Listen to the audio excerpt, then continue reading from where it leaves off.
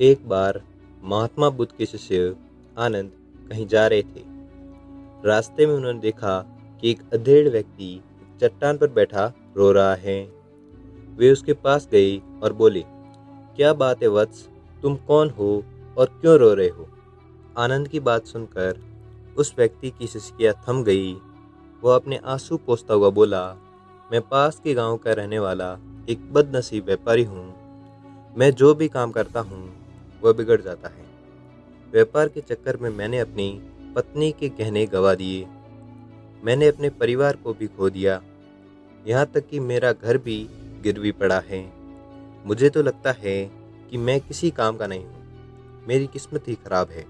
उसकी बात सुनकर आनंद बोले, तुमसे किसने कहा कि तुम्हारी किस्मत खराब है? जरा मैं भी तो जानूं कि तुम्हारी किस्मत में क्या खराबी है।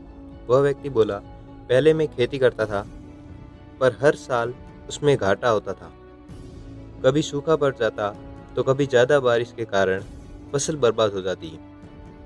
इससे परेशान होकर मैंने व्यापार करने का निश्चय किया।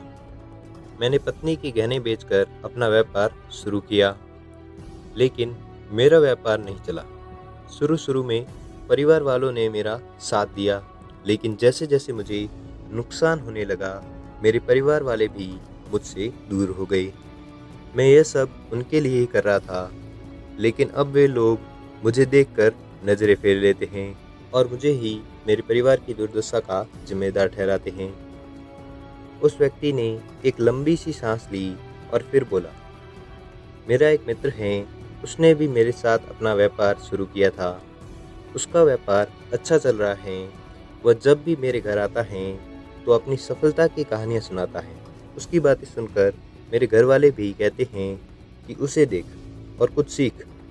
हमें तो लगता है कि तेरे बस का कुछ नहीं। उन लोगों की बातें सुन सुनकर अब तो मुझे भी लगने लगा है कि शायद मेरे बस का कुछ भी नहीं है। अब तो मुझे अपना जीवन ही व्यर्थ लगने लगा है। मेरे मन में ख्याल आता है कि अपना जीवन समाप्त कर लूं। मैं यहाँ आया भी इसी इरादे से था, लेकिन हिम्मत नहीं कर पाया, इसलिए यहाँ एकांत में बैठा विलाप कर रहा था। आनंद बोले, ओह, तो ये बात है। वैसे क्या तुम इसके अलावा कुछ और भी कहना चाहते हो? उनकी बात सुनकर वह व्यक्ति बोला, एक और मेरा हर काम खराब हो जाता है और दूसरी ओर मेरा मित्र है जो हर समय मुझे नीचा दिखाने का प्रयत्न करता रहता है। मुझे समझ में ही नहीं आता कि मैं क्या करूं। आनंद बोले, क्या तुम अपने मित्र की बातें सुनकर दुखी हो जाते हो? उस व्यक्ति ने जवाब दिया, हाँ, मैं उसकी बातें सुनकर स्वयं दुखी हो जाता हूँ। आनंद ने पूछा, तुम्हें किस बात का दुख है? अपने असफल होने का या फिर मित्र के सफल होने का? आनंद का सवाल सुनकर वह व्यक्ति एक पल के लिए सोच में पड़ गया। फिर वह बोला, अगर सच कहूँ तो मुझे अपने असफल होने का उतना दुख नहीं होता है जितना कि मित्र के सफल होने का होता है। फिर आनंद ने प्रश्न किया, अर्थात यदि तुम्हारा मित्र असफल हो जाए तो तुम्हें खुशी होगी? वह व्यक्ति बोला, हाँ, मुझे बहुत खुशी होगी। आनंद बोले, इसका मतलब है कि तुम्हारी खुशी तुम्हारे मित्र पर निर्भर है। अगर वह चाहे तो तुम्हें खुश कर सकता है और अगर वह चाहे तो तुम्हें दुखी कर सकता है। तुम स्वयं से ना तो खुश हो सकते हो और न ही दुखी हो सकते हो, अर्थात तुम अपने मित्र के गुलाम हो गए हो, इसलिए तुम्हारा कुछ नहीं हो सकता। उस व्यक्ति ने हाथ जोड़ दिए और कहा, ऐसा न कहे, आपकी बातें सुनकर मुझे कुछ आशा बन रही है। आनंद बोले, जब हम किसी से आशा बांध लेते हैं तो उस पर निर्भर हो जाते हैं। ऐसे में हमारी खुशी और दुख भी उस पर निर्भर करने लगता है। इससे बेहतर है कि तुम अपने आप से आशा बांधो। जब तुम ऐसा करोगे, साथ ही पूरे जतन से काम करोगे, तो तुम्हें सफलता अवश्य प्राप्त होगी। ये सब कहते हुए आनंद ने एक पल के लिए उस व्यक्ति की ओर देखा, फिर अपनी बात आगे बढ़ाई। तुम्हें लगता है कि तुम्हारा मित्र तुम्हें दुखी करने आता है, पर अगर विचार करो तो वह बातें तो सत्य ही कहता है। वह अपने संघर्ष और अनुभव की बातें बताता है। तुम उन बातों से बहुत कुछ सीख सकते हो।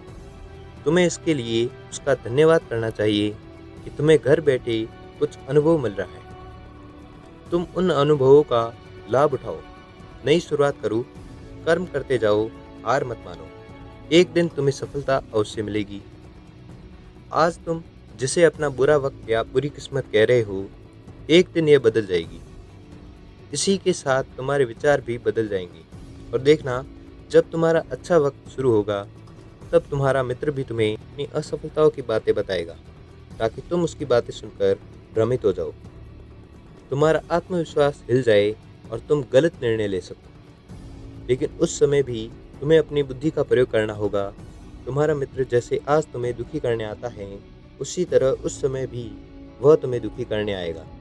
क्योंकि जिस तरह उसे दुखी देखकर तुम्हें मजा आता है, उसी तरह उसे भी तुम्हें दुखी देखने में उतना ही मजा आता है।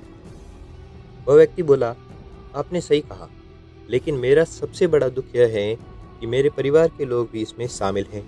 वास्तव में मैं तो अपने परिवार के लिए अच्छा करना चाहता था, लेकिन वे लोग भी मेरी बात नहीं समझते हैं। वे भी मुझे गलत कहते हैं और अब तो वे मेरे साथ भी नहीं हैं। आनंद बोले, मैं सब समझ गया। तुम सांत्वना चाहते हो। वास्तव में इस दुनिया में सभी लोग सांत्वना चाहते हैं। हम चाहते हैं कि हम जब भी कुछ करें तो लोग हमारी प्रशंसा करें, लेकिन आमतौर से ऐसा नहीं होता है। इसलिए हम दुखी हो जाते हैं। हमें लगता है कि हमारे मित्र, परिवार वाले सब मतलबी हैं। लेकिन तुम अगर किसी को अपना परिवार मानते हो और उसके लिए कुछ करना चाहते हो, तो तुम्हें ऐसा क्यों लगता है कि तुम दूसरों के लिए कुछ कर रहे हो? वास्तव में तुम अपनी खुशी के लिए कर रहे हो। इसलिए परिवार के लिए कुछ करना वास्तव में अपने लिए ही करना होता है। लेकिन अगर ऐसा करते समय तुम्हें लगता है कि तुम दूसरों के लिए कर रहे हो, तो तुम दुखी रहोगे। और अगर तुम्हें लगता है कि तुम अपने लिए कर रहे हो, तो तुम खुश रहोगे। क्योंकि जब तुम अपने लिए कुछ अच्छा करते हो या करना चाहते हो, तब तुम्हें सांत्वना की जरूरत नहीं पड़ती है। आनंद की बातें सुनकर उस व्यक्ति के चेहरे के भाव बदल गए। वह बोला, आप सही कह रहे हैं। मैं समझ गया हूँ। अब तक मेरी किस्मत खराब इसलिए थी क्योंकि वह दूसरों के हाथ में थी। अब मैं अपनी किस्मत को अपने हाथ में रखूँगा। मैं फिर से प्रयत्न करूँगा, पूरे मन से काम करूँगा और जब तक सफलता नहीं मिल जाती, चैन से नहीं बैठूँगा। उस व्यक्ति की बात सुनकर आनंद मुस्कुराए और उसे एक छोटी सी डिबिया देते हुए बोले, इस डिबिया को हमेशा अपने पास रखना। इसमें एक ऐसा राज है जो तुम्हें बड़े से बड़े दुख से भी बाहर निकाल देगा। लेकिन इसे तभी खोलना जब तुम्हारे जीवन में कोई रास्ता न दिखाई दे और तुम्हें लगे कि सब व्यर्थ है, ये दुनिया व्यर्थ है और यहाँ रहना भी व्यर्थ है। उस व्यक्ति ने आनंद को धन्यवाद दिया और डिबिया को लेकर चला गया। उसने नए उत्साह के साथ फिर से अपना व्यापार आरंभ किया। उसका व्यापार चल निकला। अपनी मेहनत और लगन के बल पर वह एक बड़ा व्यापारी बन गया। परिवार वाले भी उसके साथ आ गए और उसका जीवन हंसी खुशी बीतने लगा। अब वह भूतकाल का रोना छोड़ चुका था। वह भविष्य काल की भी चिंता नहीं करता था। बस अपने वर्तमान को संवारने में लगा रहता था और जो कुछ भी वह करता था, वह अपने लिए करता था, अपनों के लिए करता था। इसलिए वह प्रसन्न था। उसके जीवन में अब कोई भी दुख नहीं था। लेकिन वक्त हमेशा एक जैसा नहीं रहता है, वह बदलता रहता है। उसके जीवन में भी बदलाव आया। एक दिन उसके राज्य पर पड़ोसी राज्य ने कब्जा कर दिया। पड़ोसी राज्य के सैनिकों ने चारों ओर लूटमार मचा दी। उन्होंने व्यापारी का सारा धन लूट लिया और व्यापारी के घर में आग लगा दी। जान बचाने के लिए व्यापारी को अपने परिवार के साथ वहां से भागना पड़ा। वह व्यक्ति अपने परिवार के साथ कई दिनों तक इधर उधर भटकता रहा। वह दाने दाने के लिए मोहताज हो गया। उसका बच्चा बीमार हो गया। इलाज के अभाव में वह तड़पने लगा। यह देखकर उसका हृदय चीख उठा। वह कैसे अपने बच्चे का इलाज कराए? उसके पास तो खाने के लिए भी पैसे नहीं थे। ऐसे में उसे एक बार फिर निराशा ने घेर लिया। उसे लगने लगा कि उसका जीवन व्यर्थ है, सारी दुनिया व्यर्थ है, किसी भी बात का कोई भी मतलब नहीं है। भले ही आप जीवन में कितना भी कुछ कर लो, कितनी भी सफलता हासिल कर लो, पर अंततः यह जीवन समाप्त ही होता है। इससे तो अच्छा है कि वह अपना जीवन समाप्त कर ले। तो फिर ऐसे में जीवित रहने का क्या फ़ायदा? लेकिन तभी उसके दिमाग में आनंद की दी हुई डिबिया याद आई। उसने उत्सुकता के साथ उसे खोला डिबिया के भीतर एक पर्ची रखी हुई पड़ी थी। पर्ची पर कुछ लिखा हुआ था। उसे पढ़कर उसकी आंखों के आगे छाया निराशा का अंधेरा हट गया। वो मुस्कुरा पड़ा। पर्ची पर लिखा हुआ था, यह समय भी बीत जाएगा।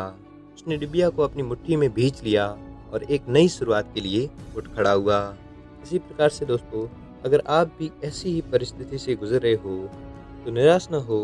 अपने अतीत पर शोक मत करें, न ही भविष्य की चिंता करें। अपने वर्तमान को जिए और उसे बेहतर बनाने के लिए सच्चे मन से प्रयत्न करें। यकीन माने, जल्दी ही आपकी किस्मत भी बदलने वाली है। दोस्तों, हमें उम्मीद है कि आपको ये बुद्ध की कहानी पसंद आई होगी। अगर पसंद आई हो तो वीडियो को लाइक और चैनल को सब्सक्राइब करना ना भूलें। धन्यवाद।